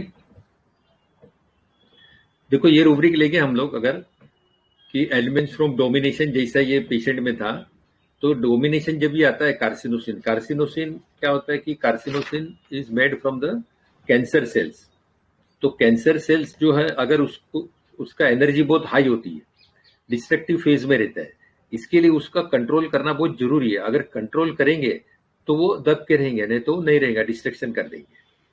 ठीक है, देखो डिस्ट्रक्टिवनेस इन चिल्ड्रन, तो उसमें शायद कार्सिनोसिन सिंगल है। देखो, तो जब भी डोमिनेशन होता है तो कार्सिनोसिन यील्डिंग डिस्पोजिशन में चले जाती है, जैसे ये लेडी को हम लोग देखें, और यील्डिंग करके वो प्लीज करती है, प्लीजिंग डिजायर टू प्लीज, और डांसिंग करती है। डांसिंग मतलब दूसरों को जैसा चाहिए वो हिसाब से वो नाचती है। तो उसमें देखो अगर ये 4 रूब्रिक लेंगे तो कार्सिनोसिन, नेट्रम्यूर, सिर्फ 2 ही मेडिसिन आती है। यहां से देखो प्लीजिंग डिजायर से इग्नेशिया आउट हो जाती है, सीपिया भी आउट हो जाती है।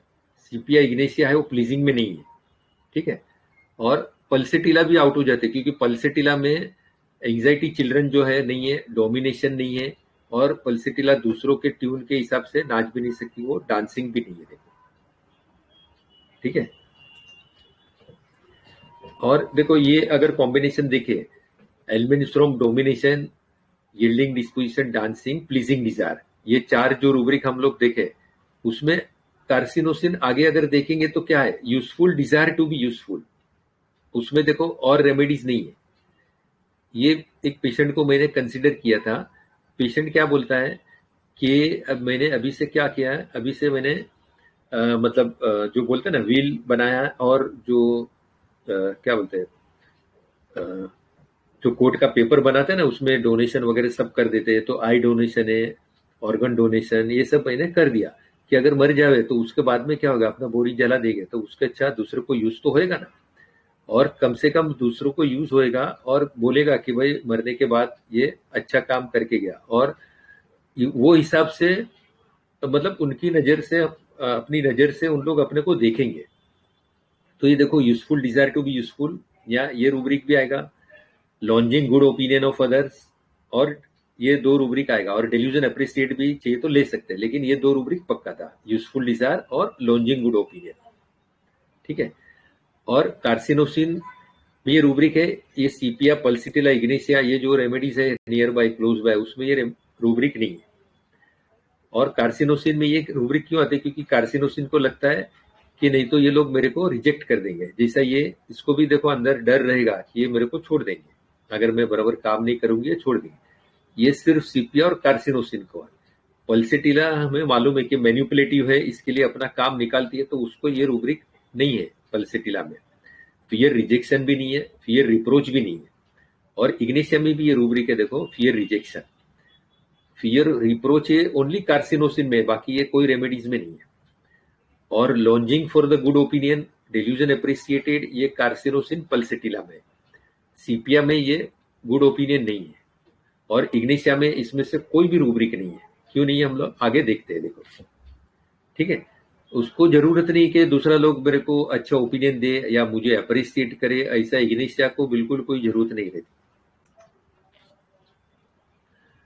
और ये रूब्रिक अगर देखेंगे, यील्डिंग डिस्पोजिशन और answering unable to answer when hurt emotionally, तो जब भी इमोशनल हो जाता है ना, तो जब भी वो कुछ बोल नहीं पाता है, उसमें देखो कार्सिनोसिन नहीं है ये रूब्रिक में, यील्डिंग में है, माइल्डनेस में भी है।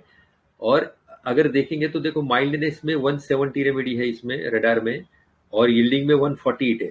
और हर रेमेडी यील्डिंग वाली वो माइल्डनेस में रहेगी ऐसा जरूरी नहीं है, बहुत सारी रेमेडीज है, लेकिन ये जरूरी नहीं कि हर रेमेडी उसमें रहेगी।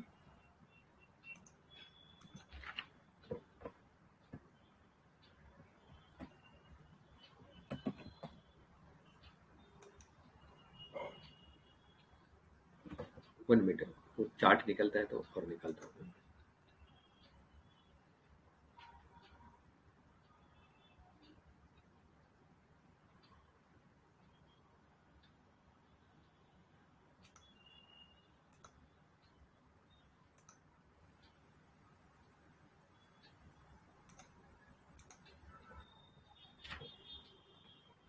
ठीक है, उसके आगे अगर और देखेंगे तो देखो comply to the wishes of other, ये रूब्रिक भी यहाँ पे कार्सिनोसिन में नहीं है। देखो ये ज्यादा करके स्टेफिसेग्रिया, मैग्म्यूर ये सब में है। ये रूब्रिक का मतलब क्या होता है? Feeling of oblige to comply to the wishes of others, मतलब उसको ये फीलिंग होती है कि दूसरे लोग मुझे जो बोलते हैं ना वो हिसाब से ही मेरे को करना चाहिए। ऑब्लाइज टू मतलब कंपलसरी वो करना ही चाहिए, ऑब्लाइज। और कॉम्प्लाई मतलब जो स्टैंडर्ड मार्क किया है वो हिसाब से मेरे को करना चाहिए। जैसा बोलते हैं ना कि कॉम्प्लाई बोला तो हम लोग जो बोलते हैं ना कि अगर नई बिल्डिंग बनी तो ये फायर ब्रिगेड का लाइसेंस लेना मांगता है, और वो बोले उसका ऑर्डर अपने को कॉम्प्लाई करना पड़ता है, उसका ऑर्डर से चलना पड़ता है, वो हिसाब से सब सेटिंग करना पड़ता है, नहीं तो फिर लाइसेंस नहीं मिलते, मतलब आगे अपने को ये नहीं मिलता है, बिल्डिंग का परमिशन वगैरह नहीं मिलता है। तो that is comply, comply to the wishes of others. उसमें कार्सिनोसिन नहीं है, उसमें स्टेफी है। और पोलाइट टू पोलाइट, कार्सिनोसिन है उसमें। और सर्वाइल दिखेगा, और विल वीकनेस ऑफ, सर्वाइल मतलब एक किस्म का बोलेंगे ना कि उसका गुलाम हो जाता है, तो वो सर्वाइल में भी देखो कार्सिनोसिन नहीं है, जबकि उसमें स्टेफी और पल्सेटिला है, लेकिन कार्सी नहीं है उसमें। और ये अगर सब रूब्रिक का कॉम्बिनेशन देखे तो उसमें ओनली स्टेफी है। Yielding, answering unable to answer when hurt emotionally, mildness, feeling of oblige to comply the wishes of others, polite to polite, servile, और विल वीकनेस ऑफ।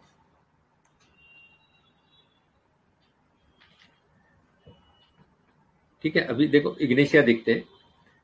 इग्नेशिया में देखो जैसा बताया ना, डेल्यूजन एप्रिसिएटेड या लॉन्जिंग गुड ओपिनियन, ये सब को इग्नेशिया को उसकी जरूरत नहीं है, क्योंकि इग्नेशिया क्या है? आइडियलिस्टिक रेमेडी है। जो आइडियल चीज है वो करना है, वो जरूरी है। Plus Ignatia sensitive to moral impression में रहती है। ठीक है, और Ignatia mildness, complaining, bearing outrageously without complaining, मतलब उसके ऊपर इतना सब लोग सप्रेशन करते हैं उसको। आउटरीजियसली मतलब जरूरत से ज्यादा भी उसको तकलीफ देते हैं तो भी वो कंप्लेंट नहीं करती है। ये इग्नेशिया की माइल्डनेस है, बिकॉज ऑफ उसकी मोरालिटी और आइडियलिज्म कि मैं एक घर की बहू हूं तो मेरे को वही हिसाब से मतलब चलना चाहिए, बाहर वाले को मालूम नहीं पड़े।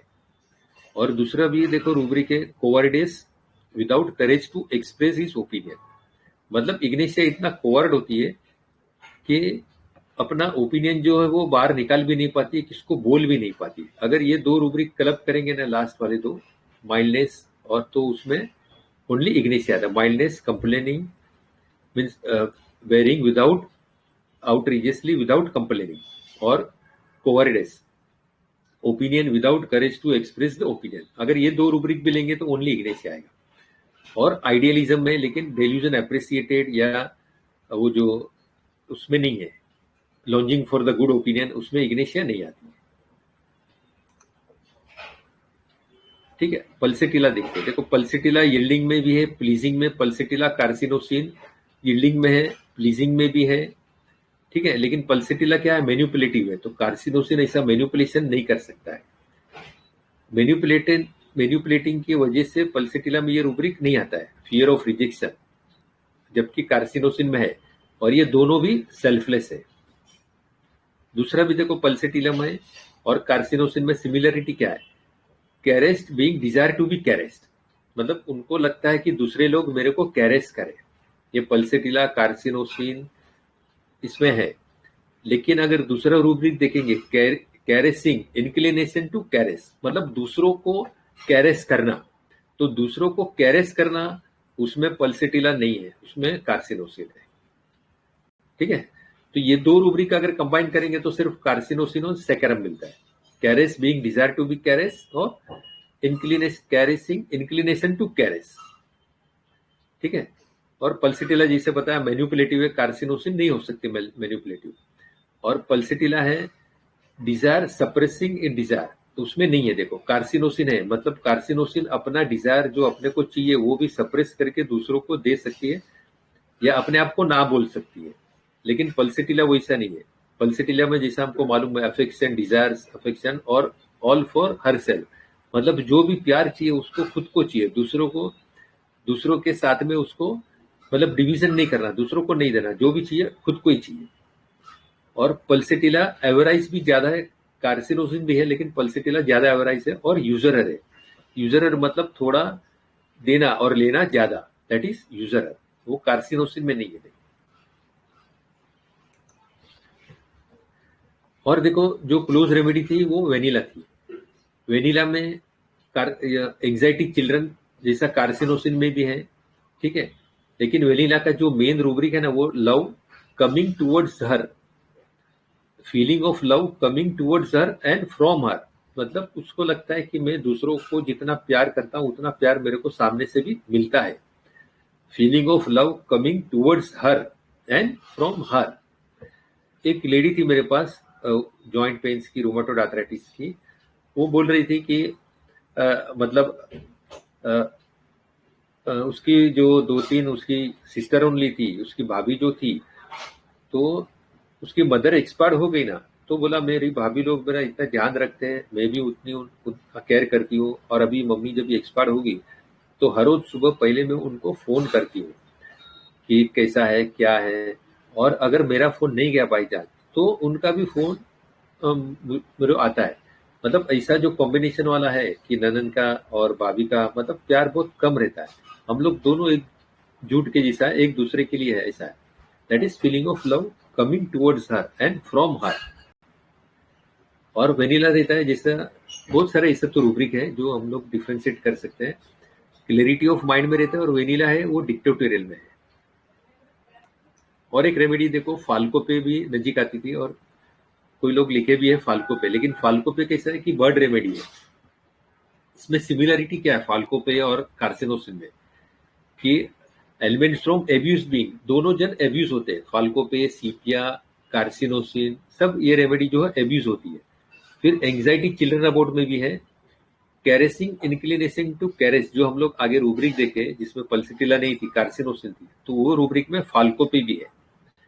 और एक चिल्ड्रन रिलेटेड रूब्रिक अच्छा है फाल्को पे में कि desire, company desire for of children, मतलब चिल्ड्रन के साथ में वो रहना चाहता है फाल्को पे, उसमें देखो कार्सिनोसिन नहीं है। और मेन डिफरेंशिएटिंग पॉइंट क्या है कार्सिनोसिन में और फाल्को पे में? कार्सिनोसिन है फाल्को पे में एंग्जाइटी, स्टॉर्मी वेदर अबाउट, मतलब स्टॉर्मी वेदर है, जब भी वातावरण खराब है तो उसको एंग्जाइटी होती है, क्योंकि ये बर्ड रेमेडी, उसको फ्लाई करना है। कार्सिनोसिन में उल्टा है, कार्सिनोसिन में love stormy weather. Stormy weather मतलब कैसा है कि अगर सब लोग डोमिनेशन है ज्यादा, फादर का, पेरेंट का डोमिनेशन है, फादर जैसा ही घर में आने वाले हैं, तो मालूम है कि बच्चे लोग ने जो मस्ती किया है उसके ऊपर सबको डांट फटकार मिलने वाली है, किसने किसको तो मार पड़ेगी, तो ये स्टॉर्मी वेदर है। तो ये स्टॉर्मी वेदर से कार्सिनोसिन को उतना डर नहीं लगता है। और वैसे ही लव थंडर स्टॉर्म, तो उसमें कार्सिनोसिन में वहां पे फाल्को पे नहीं है।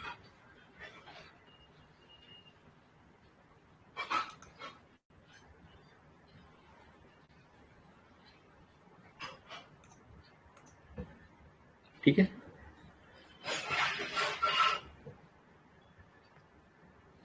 जी sir.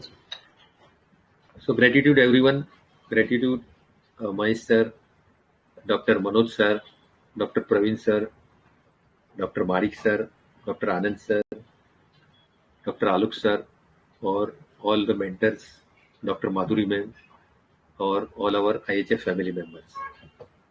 Thank you sir. Sir posology का क्या बताया था? Posology thank you sir. हाँ, thank you very much sir. Posology देखो मैंने 200 से स्टार्ट किया था, 200 स्टार्ट किया, फिर एक टाइम वो वापस बोल रही थी कि तकलीफ हो रही है, तो मैंने 200 रिपीट किया था, फिर एक टाइम उसको 1M दिया। तो ये अभी ये इसने लाई ना रिपोर्ट, तो 1M मैंने उसको कुछ फरवरी में दिया था, उसके बाद में रिपीट नहीं किया था। उसके बाद में भी 2-3 टाइम उसने कंप्लेंट मेरे को बोली कि अभी बॉडी हैवी लग रही है, कुछ दवा से असर नहीं हो रहा है, लेकिन मुझे श्योर था कि ये रेमेडी है, तो मैंने 1M वो होल्ड करके रखा था। उसके बाद में उसको रिपीट नहीं किया था। तो क्यों रिपीट नहीं किया था, क्यों रिपीट नहीं किया रहेगा ये?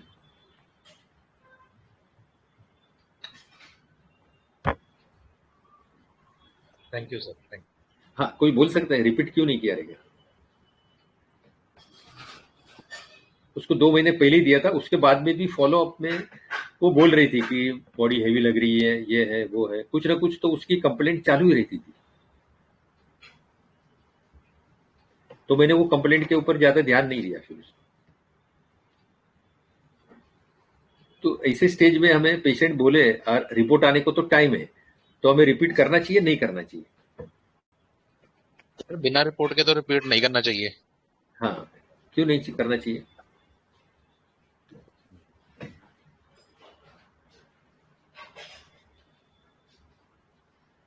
ये देखो छोटी छोटी जो कंप्लेंट करते हैं, डीप एक्टिंग ड्रग है। हाँ, ये जो छोटी छोटी कंप्लेंट आती है ना, उसमें रिपीट करने की बिल्कुल जरूरत नहीं रहती। देखो एक अफोरिज्म है, उसका नंबर में भूल गया, उसमें सर ने लिखा है, हनीमन सर ने, कि इन डिस्पोजिशन जो डायटरी कुछ एरर रहेगा या दूसरा कुछ भी रहेगा, तो ये छोटी रहती है ना, तो उसमें बिल्कुल हमें मतलब कुछ भी रिपीट करना नहीं चाहिए या न्यू मेडिसिन नहीं देना चाहिए। अगर पेशेंट ज्यादा थोड़ा भी कंप्लेंट करे तो हम लोग क्या करते हैं कि मेडिसिन पोटेंसी बढ़ा देते हैं या मेडिसिन चेंज कर देते हैं। तो वैसा स्मॉल कंप्लेंट्स जो आता है ना, उससे हमें हिलना नहीं चाहिए, वो मेडिसिन होल्ड करके रखना चाहिए।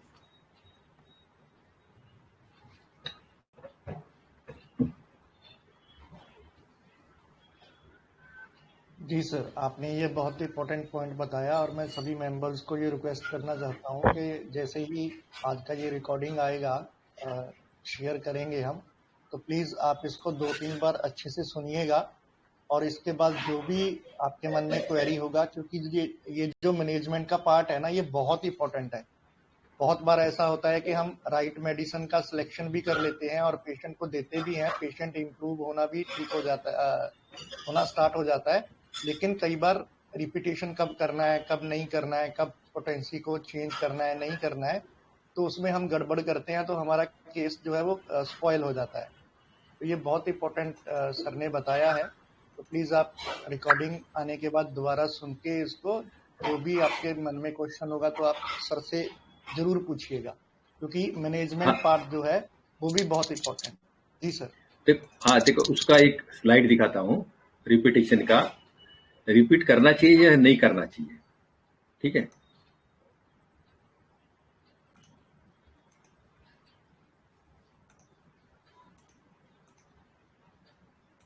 स्लाइड दिख रही है? Yes sir, yes sir, yes sir. हाँ, ये देखो, अगर आप कैंट सर की रेपर्टरी पढ़ेंगे ना, कैंट सर की जो रेपर्टरी है ना, उसका अगर इंट्रोडक्टरी पार्ट पढ़ेंगे, शुरुआत का जो पेज है, उसमें अगर लास्ट जो पैरा है ना वो पढ़ेंगे ना, तो उसमें सर ने ये लिखा है, देखो इतना क्लियर कट लिखा है कि रिपीटेशन ऑफ मेडिसिन क्या करना चाहिए, but get the right drug, जो हमें मोस्ट सिमिलर ड्रग लगता है वो, get the right drug, the stimulus needed, and you will find the reaction of the organism deep enough in all conscience and long standing. Then उसके बाद में क्या करना, अगर ये रिएक्शन आ गया, ठीक है, then keep your hands off, अभी आपका हाथ ऊपर कर दो, keep your hands off, wait long for a second, very definite cry, कभी अगर वापस कुछ सिम्टम आया तो दवाई दो, नहीं तो मत दो. Before you dare to interfere, you may have to wait months, then wait. Remember, it is the patient who has to cure himself. वो पेशेंट अपने आप को अच्छा करने वाला है, दवा तो एक स्टिमुलस है, उसको धक्का मारने वाली है, फिर पेशेंट अपने को अच्छा करेगा. The drug can not cure him, the drug is only the stimulus that starts the vital reaction. So long as the curative reaction is in progress, it is senseless, it is criminal to interfere. देखो कैसा wording में लिखा है, it is senseless, जब भी तलक अगर process वो चालू है, जब भी तलक रिपीट नहीं करना चाहिए, it is criminal to interfere. This is the way to crush your work, मतलब यहाँ आपका वर्क क्रश हो जाता है. To vitiate your experience, to break your heart. और ये हम लोग जो रिपीट कर देते हैं उसके बाद में कैसा होता है कि वो पूरा केस एकदम मिसमैनेज होता था, वापस वो कभी ट्रैक पे आता ही नहीं, जो एकदम डिरेल स्टेज में चले जाता. So long as the patient is improving, patient जब तक अच्छा है, let him be and never meddle till the he begins to slip back. जब तक वो वापस वो पोजीशन में नहीं आता है, अब तो कुछ रिपीट नहीं करना. That is the first possible moment to repeat और रिकंसिडर द केस. नहीं तो वो केस रिकंसिडर करो. It is safer to be little late than little soon, मतलब लेट करना अच्छा रहेगा. You must go fast very slowly. देखो कैसा वर्डिंग लिखा है, you must go fast very slowly, there is no other way. As long as the old elements, ये Boenninghausen sir ने लिखा है, as long as the old elements reappear और are worse without the appearance of essentially new symptoms which lie outside of its sphere of action, we should guard against the repetition of the remedy or changing the remedy, new one. ये Boenninghausen sir ने लिखा है.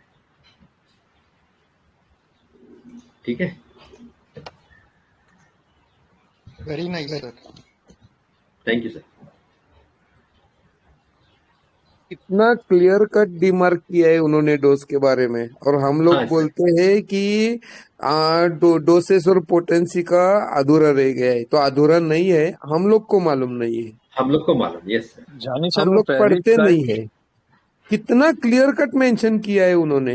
ये लिखा है कि it is a criminal thing to do the repetition. Yes yes yes sir, आपने वो जो पहली स्लाइड है ना सर, वो एक बार फिर से रिपीट कर सकते हैं सर, दिखा सकते हैं प्लीज.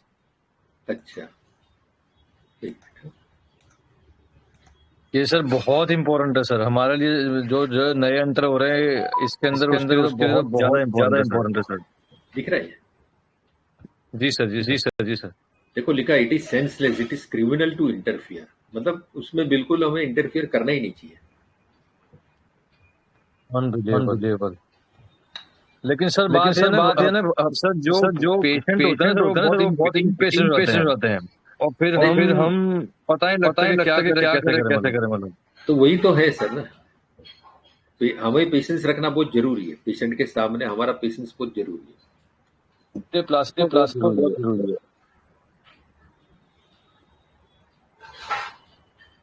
ठीक है, जी सर, थैंक यू.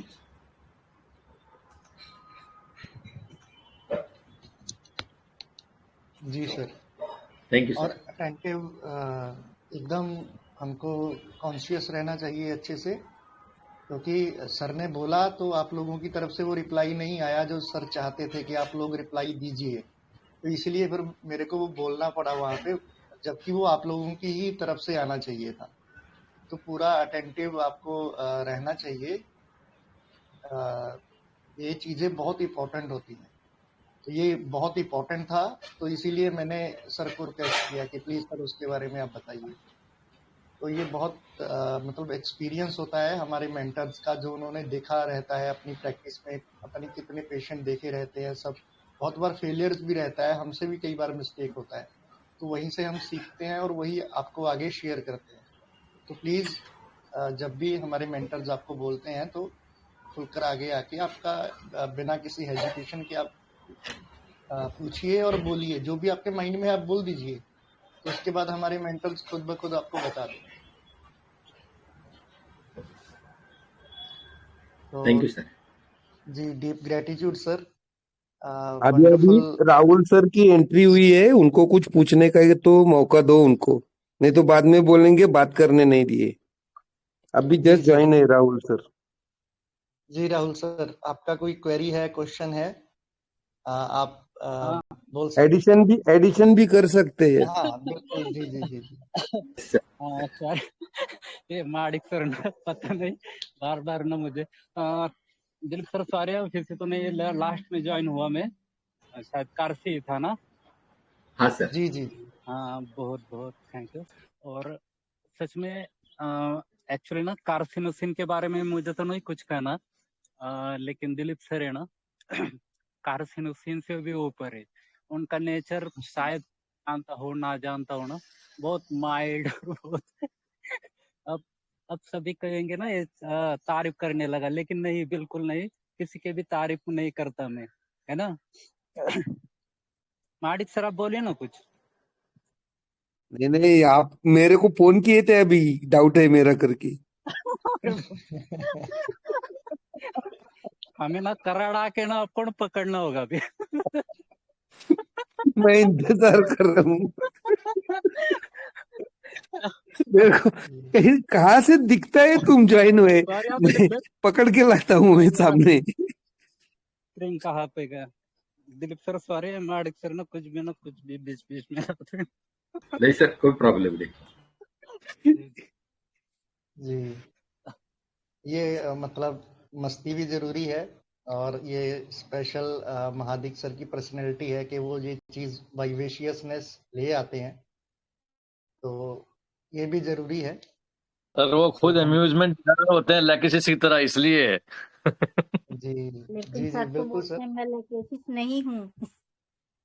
हाँ, लेकिन ये वो मॉर्बिड नहीं है, ये हमको समझना है। ना तो दिलीप सर का नेचर मॉर्बिड है, ना महादिक सर का है, ठीक है। वो हम जी समझने के लिए बोलते हैं, तो वो ठीक है सर, वो ओरिजिनल है। हेलो और हाँ, बोलिए सर। संदीप सर, आप पहले भी एक बार कुछ बोल रहे थे, बोलते बोलते रह गए, बोलिए। सर एक वो उसमें इग्निशिया में सर ने बताया cowardice opinion without courage to express, तो वो डिफाइंड में भी है इग्निशिया, वो किस टाइम कैसे मतलब समझ सकते हैं? दिलीप सर आप ऐड करेंगे प्लीज। पूछ रहे हैं? ये इग्नेशिया का पूछ रहे हैं सर के, इग्नेशिया का जो आपने डीडी में बताया 2 रूब्रिक लेके, लेकिन वो बोल रहे हैं कि डिफाइंड रूब्रिक में भी इग्नेशिया है, हाँ, तो उसको मतलब कैसे ये, समझेंगे? यस सर, ये जो कवर्डेस और माइल्डनेस जो दिखता है ना इग्नेशिया का, ठीक है, और जब भी उसको बर्दाश्त नहीं होता है तो वहां से वो या डेफिएंट स्टेट में या तो डिस्कंसर्टेड स्टेट में चली जा सकती है। इसके आगे का जो स्टेट है ना वो डिफेंस स्टेट है, ठीक है। देखो एक लेडी थी मेरे पास, वो मतलब वो लेडी थी, उसके हस्बैंड था और उसके एक बच्चा था, वो तीनों जन रहते थे, उसके साथ में उनकी मदर इन लॉ थी साथ में। तो मदर इन लॉ उसको बहुत टॉर्चर करती थी। तो ये जो इग्नेशिया पेशेंट थे ना, उसको मालूम था कि हमारे सिवा कोई है ही नहीं, तो ये क्या करेगी अकेली, इसके लिए वो बैर करते रहती थी। लेकिन एक टाइम ऐसा हो गया ना, उसके हस्बैंड को उसने बोल दिया कि भाई या तो घर में ये रहेगी, नहीं तो मैं रहूंगी।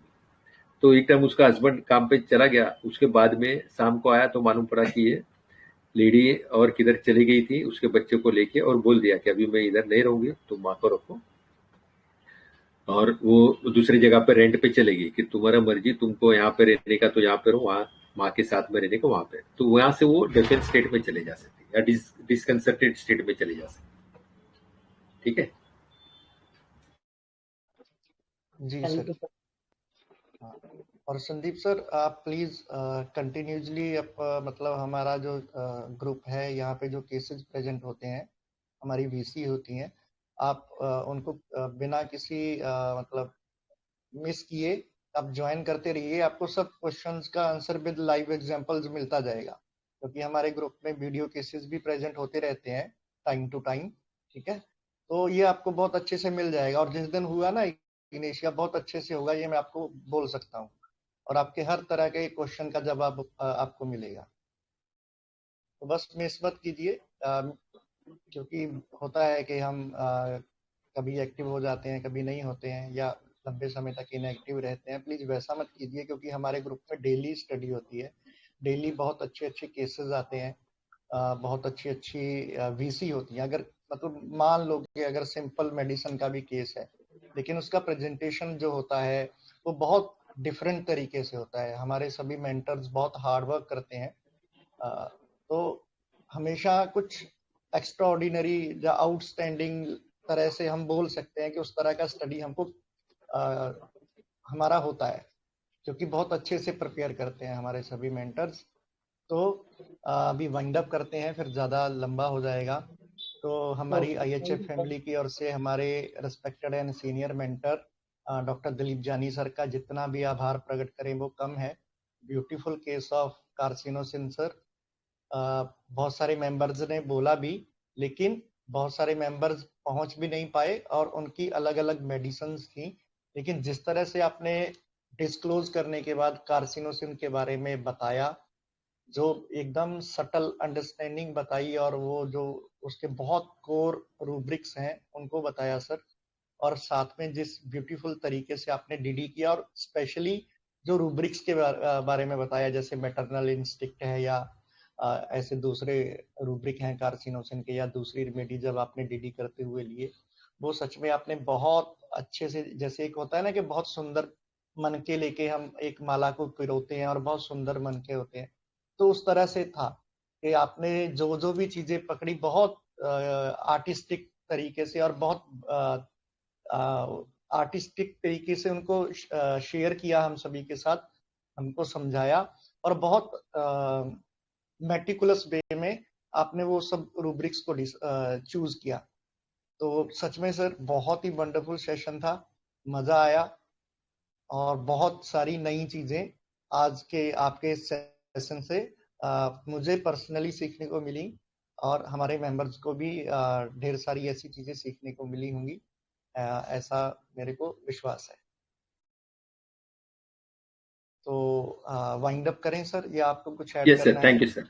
नहीं बस, थैंक यू सर। नहीं, my pleasure sir. Thank you तो हमारा है, हमारी IHF फैमिली, हमारे सभी IHF फैमिली मेंबर्स, हमारे सभी रिस्पेक्टेड मेंटर्स के बहुत आभारी हैं कि वो इतनी डेडिकेशन के साथ, इतने पैशन के साथ और इस तरह से इतने अच्छे अच्छे केसेस प्रेजेंट करते हैं और सेशंस लेते हैं और अपना जो भी जितना भी नॉलेज उनके पास है वो पूरा का पूरा मतलब शेयर कर देते हैं। जैसे मैनेजमेंट पार्ट जो था कि कब हमको पोटेंसी देना है, कब नहीं देना है, वो सर ने शेयर किया, जबकि किसी का कोई उस तरह का उतना क्वेरी भी नहीं था, जस्ट पोसोलॉजी पूछा था, लेकिन फिर भी सर ने बहुत डिटेल में बताया। तो आप लोग प्लीज अच्छे से सुनिए और जब भी कोई ऐसा इंपॉर्टेंट पॉइंट कभी कहीं आता है तो वहां पे आप बोल दीजिए, आपके मन में कुछ भी हो तो अगर आप बोलेंगे तो आपको बहुत अच्छी जानकारी, बहुत वाइटल इंफॉर्मेशन मिलेगी जो आपको जिंदगी भर काम आए। डॉक्टर लता मैम आप कुछ? हाँ जी हाँ, सर, बोलिए। एक रिक्वेस्ट थी सर। सर कभी तो गेस्चर पे करवाइए ना, किसी सीनियर मेंटर का गेस्चर पे करवाइए सर। बहुत फर्क पड़ता है गेस्चर्स और जब हम पेशेंट का बाकी का सब मैच करते हैं तो। जी ठीक है मैम, आपका ये जो सजेशन है बिल्कुल करेंगे। Hello thank sir, you. इस केस में कुछ डोमिनेशन नहीं था ना सर? डोमिनेशन था ना, डोमिनेशन था, वो हमें ऑब्जर्व करना था कि डोमिनेशन था या नहीं था, तो मुझे लगा यहाँ पे डोमिनेशन था। देखो बहन का या हस्बैंड का सर? हस्बैंड का, बहन का किधर था डोमिनेशन? बहन तो उसको अच्छे तरह से रखते थे। हस्बैंड का था मैम, लेकिन हस्बैंड प्रेजेंट थे ना वाइफ के साथ, तो वो बोल नहीं सकती है ना। ओके, बोल नहीं सकते थे। जी जी जी संदीप सर आप कुछ ऐड कर रहे हैं? सर छूट गया मेरा, रिकॉर्डिंग डालेंगे ना सर? रिकॉर्डिंग सबका आता है मैम, डोंट वरी। अभी थोड़ा लेट ज्वाइन हुई, सेकंड मेरा जी जी कोई बात नहीं, ये जो सब बातें हैं लेट ज्वाइन की आपका रह गया, तो वो रिकॉर्डिंग तो ऑलरेडी आता है सबका, ये आप चिंता मत कीजिए कभी भी, सबका आता है, हमेशा आता है। सुनती हूँ, लेकिन क्या है एक लाइव होता है वो सुना तो और दूसरी बार सुना तो क्लियर होता है थोड़ा ज्यादा। जी जी जी रिकॉर्डिंग आएगा मैम, सबका आएगा, थोड़ा मैं बिजी हूँ इसलिए थोड़ा लेट हो गया वो, जो पीछे के सेशंस भी हैं। जी थैंक यू सर। जी जी वेलकम मैम। जी संदीप गौते सर प्लीज आप प्लीज संदीप गौते सर को ऐड करने दीजिए, आप रिटर्न में डालिए। यही कह रहा था कि डोमिनेशन था ना हस्बैंड का। जी जी जी जी जी सर, वही बता रहा था, डोमिनेशन था उस केस में। जी thank you sir, thank you so much. तो अभी हम हमारे इस शानदार सेशन को यहीं पर वाइंड अप करते हैं और आप सभी से मुलाकात होगी हमारी नेक्स्ट VC में। रिकॉर्डिंग मैं हमेशा डालता हूँ, कभी थोड़ा बिजी ज़्यादा होने के चलते उसमें थोड़ी देरी होती है, अदरवाइज कभी ऐसा नहीं हुआ है कि हमने रिकॉर्डिंग कभी शेयर नहीं किया।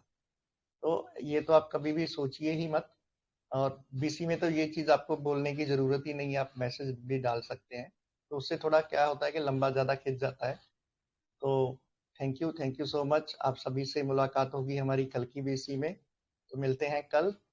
एक आज भी आपको अच्छा लर्निंग हुआ होगा, तो कल भी एक बढ़िया लर्निंग हमको करने को मिलेगा इसी होप के साथ। तो good day, good night, thank you so much. Thank you Praveen sir. Thank you, sir. Thank you Parveen sir, thank you Dilip sir.